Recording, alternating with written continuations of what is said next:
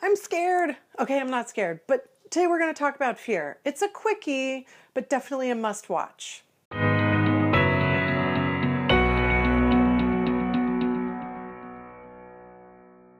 Hey, I'm Jenni from ChronicBabe.com, and this is another AWAP Wednesday.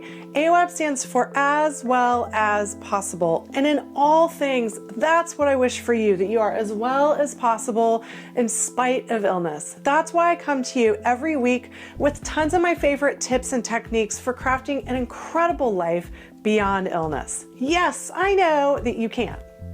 Chronic illness is scary. There's just no getting around it. And anybody who tells you that they feel totally fearless about living with chronic illness is likely not being 100% honest with you or with themselves. Everyone gets scared. Everyone gets scared. Everyone. Whether you are newly diagnosed or you're a seasoned chronic babe like me, you are going to have moments of fear. You're afraid that you're never going to get better. You're afraid that this will impact your family. You're afraid of the consequences for your career. You're afraid of the new bump on your arm. You're not sure if it's chronic stuff or acute stuff or what. You're kind of freaked out because you don't know what you're supposed to do.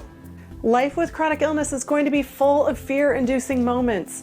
It's unfortunate, but it's true. But you're not alone with this. Now, I've got a ton of other videos about how to identify specific fears, how to conquer fears, how to cope with them. This is not that kind of video. Today, I want to do something kind of radical.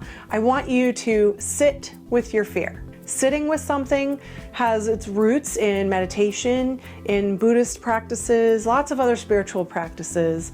It's the idea that you stay with a challenging emotion instead of fighting it. I know, kind of weird, right? Here's the thing. Fear is just a feeling. It is a momentary experience that passes along the synapses in our brain, and it is fleeting. It's not here permanently. So if you can sit with it for a moment and just look at it and know that you're having some fear, it's a lot less scary, because if you stick with the fear, if you're like me, you start to catastrophize and get a little crazy and think about all the potential negative stuff that could happen, and suddenly you've spun off into another universe of fear. But if you can sit with your fear, if you can identify it and recognize it and just acknowledge that you have it, it takes a lot of the emotional weight out of it, and it's much easier to move on from it. So let's try it together. I saw a little spider earlier, and it got me thinking about all the different cracks and crevices that spiders can live in my vintage Chicago condo. And my brain started to wig out about spiders. So let's sit with this fear, and you can sit with your own fear for a second. To start with, we get calm, we get quiet, safe, quiet place where we can sit. Lie down, whatever's more comfortable for you. Close your eyes, just breathe a little bit, and then say the fear, name it. You can say it out loud, or you can say it in your head. So I might say, I'm feeling afraid of spiders. And don't weave it into a bigger tale. Don't let yourself go down a path where you start to tell the story of all the other things. Just stick with that one little feeling. I'm feeling afraid of spiders. Just hang out with that for a second. When you practice this, you get to a place where you can say to yourself, I see you, fear. I see you. You're afraid of spiders. Okay, I see you. Thanks for visiting, fear.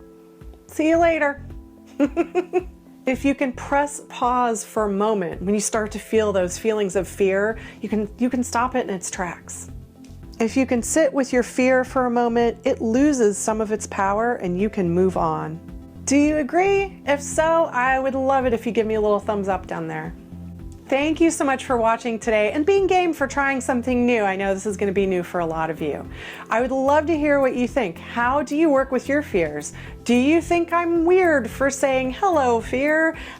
Let me know. Share your experience in the comments below or head on over to the blog at chronicbabe.com and join the conversation there. I would love to hear your story. If you liked what you saw today, please subscribe to our channel and watch another video right now. I picked one that I think you're going to like. Until we meet again, be as well as possible. Be AWAP. Mwah. Psst.